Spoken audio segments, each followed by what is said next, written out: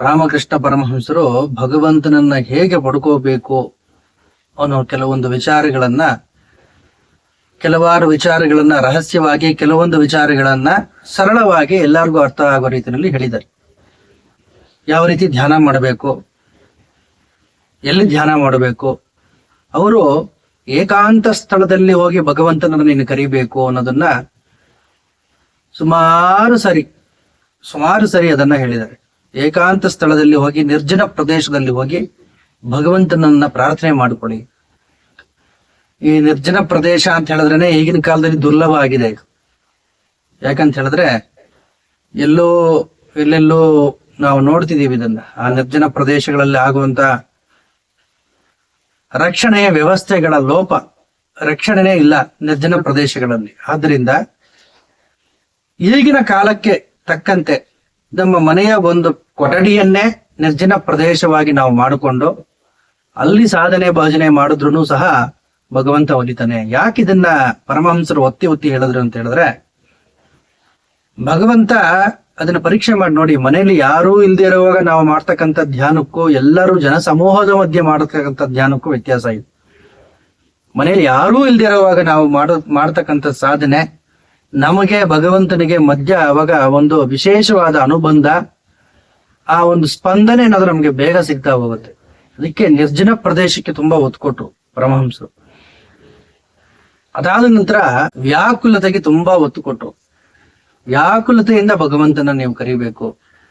ಇವತ್ತೇನೋ ಕೂತ್ಕೊಂಡು ಧ್ಯಾನ ಮಾಡ್ತಾ ಇದ್ದೀನಿ, 20 ನಿಮಿಷ ಆದ್ಮೇಲೆ ಎದ್ದೇಳ್ಬಿಡೋಣ, 40 ನಿಮಿಷ ಆದ್ಮೇಲೆ ಎದ್ಬಿಡೋಣ, ಭಗವಂತನ ಸಿಕ್ಕಿದ್ರೆ ಸಿಗ್ಲಿ, ಬಿಟ್ರೆ ಬಿಡ್ಲಿ, ಅವನ್ ಧ್ಯಾನ ಮಾಡ್ತಾ ಇದೀವಿ, ಇನ್ ಯಾವಾಗ್ಲೋ ಸಿಗ್ಲಿ. ಇವರನ್ನ ಮಂದಸತ್ವರು ಅಂತ ಕರೀತಾರೆ. ಪರಮಹಂಸರು ಮಂದಸತ್ವ ಯಾರಿಗಿದೆ ಅವ್ರಿಗೆ ಭಗವಂತ ಸಿಗೋದಿಲ್ಲ. ಮಂದಸತ್ವರು ಅಂತ ಹೇಳಿದ್ರೆ ಸೀರಿಯಸ್ನೆಸ್ ಇಲ್ಲ ಅಂತ, ಅಂದ್ರೆ ಬೇಕಾಗಿಲ್ಲ, ಏನೋ ಮಾಡ್ಬೇಕು, ಮಾಡ್ತಾ ಇದೀವಿ ಅಷ್ಟೇ. ತೀವ್ರ ಸತ್ವರು ಅಂತ ಇದ್ದಾರೆ.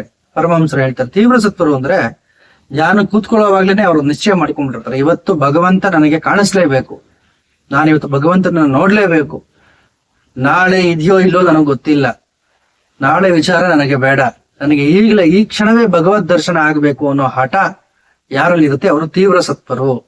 ಇಂತಹ ತೀವ್ರ ಸತ್ವರಿಗೆ ಭಗವಂತ ಒಲಿತಾನೆ ಅಂತ ಪರಮಹಂಸರು ಹೇಳಿದ್ದಾರೆ. ಅಂದ್ರೆ ಅಷ್ಟೊಂದು ದೃಢ ನಿಶ್ಚಯ ಇರಬೇಕು ಮನುಷ್ಯನ ಹೃದಯದಲ್ಲಿ.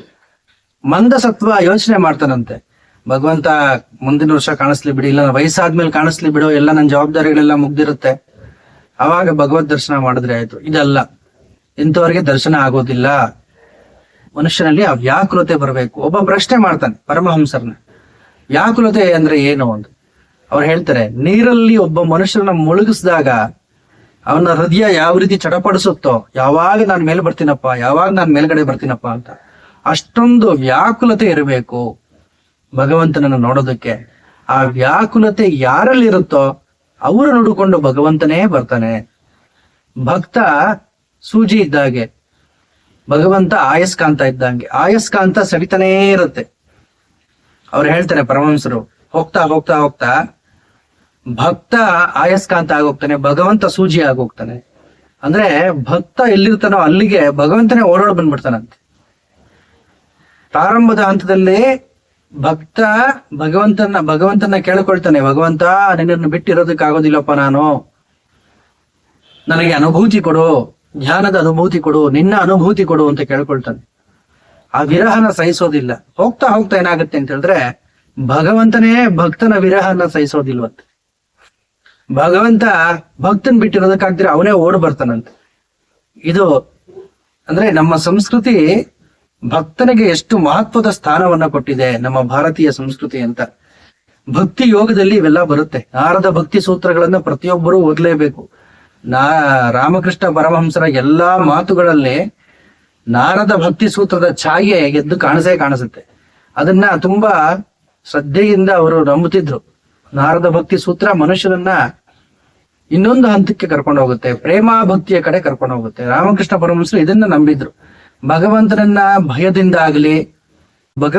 ಭಯದಿಂದ ಪೂಜಿಸಬೇಡಿ, ಯಾವುದೋ ಒಂದು ದೌರ್ಬಲ್ಯದಿಂದ ಪೂಜಿಸಬೇಡಿ, ಯಾವುದೋ ಒಂದು ವಸ್ತು ಬೇಕು ನಮಗೆ ಅನ್ನೋ ಭಾವನೆಯಿಂದ ನೀವು ಅರ್ಥಿಗಳಾಗಿ ಅವನನ್ನ ಪೂಜಿಸಬೇಡಿ, ಬದಲಾಗಿ ಪ್ರೇಮದಿಂದ ಪೂಜಿಸಿ.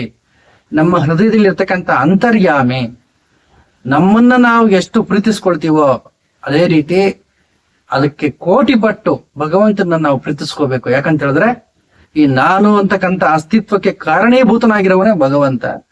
ಆದ್ರಿಂದ ಆ ಭಗವಂತನನ್ನ ಅಷ್ಟು ಪ್ರೀತಿಯಿಂದ ನೀವು ಭಾವನೆ ಮಾಡಿಕೊಂಡಾಗ, ನಿಮ್ಮ ಪ್ರೇಮವನ್ನ ಕೊಟ್ಟಾಗ ಭಗವಂತ ಒಲಿತಾನೆ. ಅದರಿಂದ ನಮ್ಮ ಸಂಸ್ಕೃತಿ ಯಾವತ್ತು ಭಗವಂತನನ್ನ ಭಯದಿಂದ ಪೂಜಿಸು ಅಂತ ಹೇಳಿಲ್ಲ, ಪ್ರೇಮದಿಂದ ನೋಡು. ರಾಧಾದೇವಿ ಪ್ರೇಮದಿಂದ ಕೃಷ್ಣನನ್ನ ಒಲಿಸ್ಕೊಂಡಿದ್ವಿ. ಪ್ರೇಮ ಅಂತ ಹೇಳಿದ್ರೆ ಈಗಿನ ಕಾಲದಲ್ಲಿ ಸಿನಿಮಾಗಳಲ್ಲಿ, ನಾಟಕಗಳಲ್ಲಿ ಬರುತ್ತಲ್ಲ ಆ ಪ್ರೇಮ ಅಲ್ಲ. ರಾಧಾದೇವಿಯ ಪ್ರೇಮ ಕಾಮರಹಿತವಾದಂತಹ ಪ್ರೇಮ. ಎಲ್ಲಿ ಕಾಮಕ್ಕೆ ಅವಕಾಶವೇ ಇಲ್ಲವೋ ಅದು ರಾಧಾದೇವಿಯ ಉನ್ನತವಾದಂತ ಪ್ರೇಮಮಯ ಸ್ಥಿತಿ, ಕಾಮವನ್ನು ಗೆದ್ದ ಸ್ಥಿತಿ. ಅದನ್ನ ನಾವು ರಾಧಾ ಸಂಹಿತೆ ಇದರಲ್ಲೆಲ್ಲ ನಾವು ನೋಡ್ಬೋದು. ಏನು ಪ್ರೇಮಮಯ ಭಕ್ತಿ ಅಂತ ಹೇಳಿದ್ರೆ, ಕೃಷ್ಣ ಮತ್ತೆ ಗೋಪಿಕೆಯರ ಈ ಲೀಲಾ ವಿಲಾಸ, ರಾಸಲೀಲೆ ಅಂತ ನಾವೆಲ್ಲ ರಾಸಲೀಲೆ ಪ್ರಕರಣ ಅಂತ ಮಾಧ್ಯಮಗಳಲ್ಲಿ, ಪತ್ರಿಕೆಗಳಲ್ಲಿ ನಾವು ನೋಡ್ತೀವಿ. ಇದನ್ನ ಬಳಸೋದು ತುಂಬಾ ತಪ್ಪು. ರಾಸಲೀಲೆ ಬೃಂದಾವನದಲ್ಲಿ ನಡೀತಕ್ಕಂಥ ದಿವ್ಯವಾದ ಆಧ್ಯಾತ್ಮಿಕವಾದಂತ ಅನುಭವ ಅದು. ಈ ಒಂದು ಪೌರಾಣಿಕ ಪದವನ್ನ, ನಮ್ಮ ಹಿಂದೂ ಧರ್ಮದಲ್ಲಿರ್ತಕ್ಕಂಥ ಪವಿತ್ರವಾದ ಈ ಪದವನ್ನ ಯಾವ್ಯಾವುದೋ ರಾಜಕಾರಣಿಗಳ ಅನೈತಿಕ ಸಂಬಂಧಗಳಲ್ಲಿ ತೋರಿಸ್ಬೇಕಾದ್ರೆ, ಇವರು ಹೆಡ್ಲೈನ್ ತೋರಿಸ್ಬೇಕಾದ್ರೆ ರಾಸಲೀಲೆ, ಇದು ತುಂಬಾ ತಪ್ಪಿದನ್ನು ನಾನು ಖಂಡಿಸ್ತೀನಿ. ಇದನ್ನ ತೋರಿಸಬಾರ್ದು. ರಾಸಲೀಲೆ ನಡೆದಿದ್ದು ಕೃಷ್ಣ ಮತ್ತು ಗೋಪಿಕೆಯರ ಎಲ್ಲಾ ವಿಧವಾದ ಅರಿಷಡ್ವರ್ಗಗಳನ್ನು ಗೆದ್ದಂತ ಸ್ಥಿತಿ. ಕಾಮ, ಕ್ರೋಧ, ಲೋಭ, ಮೋಹ, ಮದ, ಮಾತ್ಸರ್ಯ ಅದನ್ನೆಲ್ಲ ಗೆದ್ದಾಗ, ಭಗವಂತನೇ ಬೇಕು ಅಂತಕ್ಕಂಥ ವ್ಯಾಕುಲ ಸ್ಥಿತಿ ಉಂಟಾದಾಗ, ಗೋಪಿಕೆಯರ ಶರೀರದಿಂದ ರಕ್ತ ಬಿಂದುಗಳು ಸುರಿಯೋದಂತೆ, ಆ ವಿರಹವನ್ನ ತಡಿಲಾರ್ದಿರ ಕೃಷ್ಣನಿಗೋಸ್ಕರ ಆ ವಿರಹ ತಾಪದಿಂದ ಅವರ ಶರೀರ ಎಲ್ಲ ಒಣಗಿ ಬೆಂಡಾಗ್ಬಿಡ್ತಿತ್ತಂತೆ. ಅಂದ್ರೆ ಅವರಲ್ಲಿ ಇದ್ದಿದ್ದು ಭಗವದ್ ಭಕ್ತಿ. ಆ ಭಗವದ್ ಭಕ್ತಿಯಿಂದ ಕೃಷ್ಣನ ಹತ್ರ ಅವರು ಹೋದ್ರೆ ಹೊರತು ಕಾಮದಿಂದ ಹೋಗ್ಲಿಲ್ಲ. ರಾಸಲೀಲೆ ಅನ್ನೋದು ಕಾಮಕೇಳಿ ವಿಲಾಸವಲ್ಲ. ಇದನ್ನ ಪ್ರತಿಯೊಬ್ಬ ಸನಾತನ ಧರ್ಮೀಯನು ಮೊದಲು ತಿಳ್ಕೋಬೇಕು. ಗೋಪಿಯರ ಒಂದು ನೃತ್ಯ ಇರಬಹುದು, ಗೋಪಿಯರ ನೃತ್ಯ ಇರಬಹುದು, ಗೋಲೋಕದಲ್ಲಿ ನಡೆಯತಕ್ಕಂಥ ದಿವ್ಯವಾದ ಒಂದು ಭಕ್ತ ಭಗವಂತರ ಸಮ್ಮಿಲನ ಅದು. ಅದನ್ನ ಅಷ್ಟೊಂದು ಕೆಳಮಟ್ಟಕ್ಕೆ ನಾವು ಇಳಿಸ್ಬಿಟ್ಟಿದ್ದೀವಿ. ರಾಮಕೃಷ್ಣ ಪರಮಹಂಸರು ಈ ವ್ಯಾಕುಲತೆಗೆ ತುಂಬಾ ಮಹತ್ವವನ್ನ ಕೊಟ್ರು. ಮತ್ತೆ ಭಗವನ್ ನಾಮ ಜಪ, ಭಗವಂತನ ನಾನು ಪಡ್ಕೋಬೇಕು ಅಂತ ಹೇಳಿದ್ರೆ ರಾಮಕೃಷ್ಣ ಪರಮಹಂಸರು ಹೇಳಿದಂತ ಸರಳ ಸೂತ್ರ ಏನಪ್ಪಾ ಅಂದ್ರೆ, ಭಗವಂತನ ನಾಮವನ್ನ ಜಪಿಸು. ಜನಗಳಿಗೆ ಇದು ಇಷ್ಟ ಆಗೋದಿಲ್ಲ.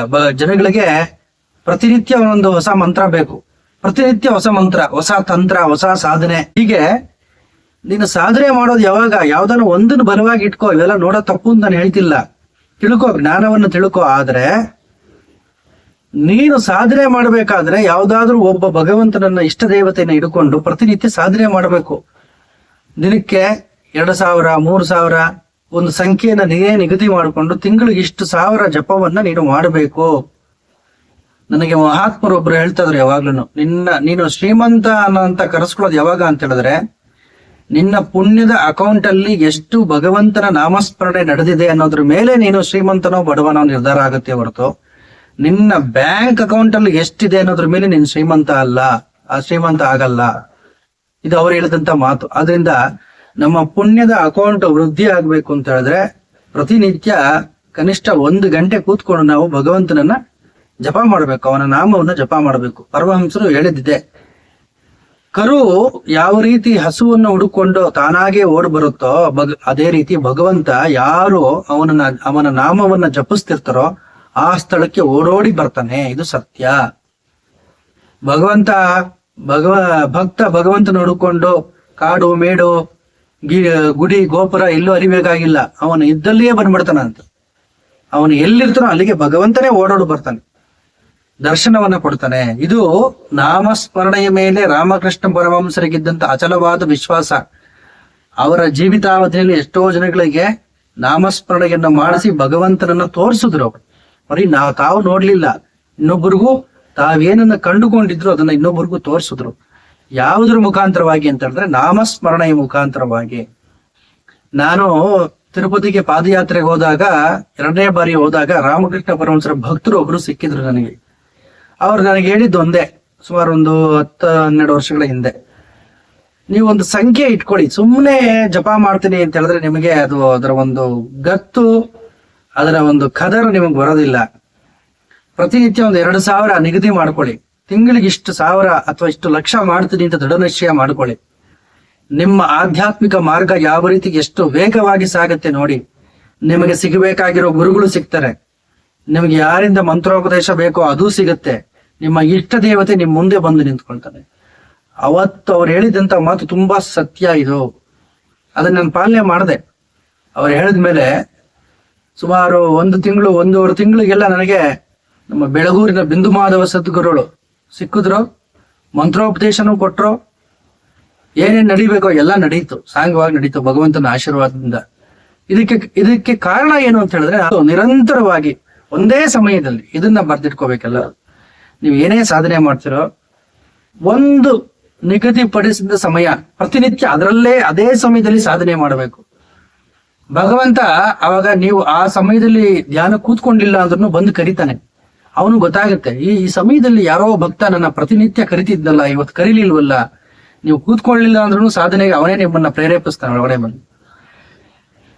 ಕರುಗೆ ಪ್ರತಿನಿತ್ಯ ಒಂದು ಸಮಯದಲ್ಲಿ ತಾಯಿ ಹಾಲು ಕೊಡಕ್ ಶುರು ಮಾಡಿದಾಗ ಅದೇ ಸಮಯಕ್ಕೆ ಯಾವ ರೀತಿ ಓಡ್ ಬರುತ್ತೋ, ಅದೇ ರೀತಿ ಭಗವಂತನನ್ನ ಯಾವುದೋ ಒಂದು ಸಮಯದಲ್ಲಿ ಪ್ರತಿನಿತ್ಯ ನಾವು ಕರಿತಾ ಇದ್ರೆ, ನಾವು ಕರೀಲಿಲ್ಲ ಅಂದ್ರೂ ಅವನು ಓಡೋಡಿ ಬಂದು ಇವತ್ತು ನೀನ್ ಯಾಕೆ ನನ್ನ ಕರೀಲಿಲ್ಲ ಅಂತ ಪ್ರಶ್ನೆ ಮಾಡ್ತಾನೆ.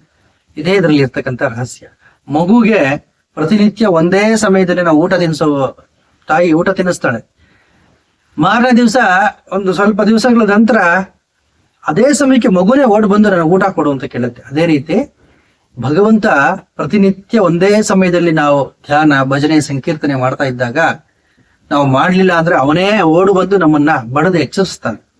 ಆದ್ರಿಂದ ಇದನ್ನ ಎಲ್ಲರೂ ಗುರ್ತಿಟ್ಕೊಳ್ಳಿ ದಯವಿಟ್ಟು. ಒಂದೇ ಸಮಯದಲ್ಲಿ ನೀವು ಆ ಸಾಧನೆನ ಮಾಡ್ಕೊಂಡು ಹೋಗಿ. ಹೀಗೆ ರಾಮಕೃಷ್ಣರ ಸಲಹೆಗಳು ತುಂಬಾ ಇದೆ.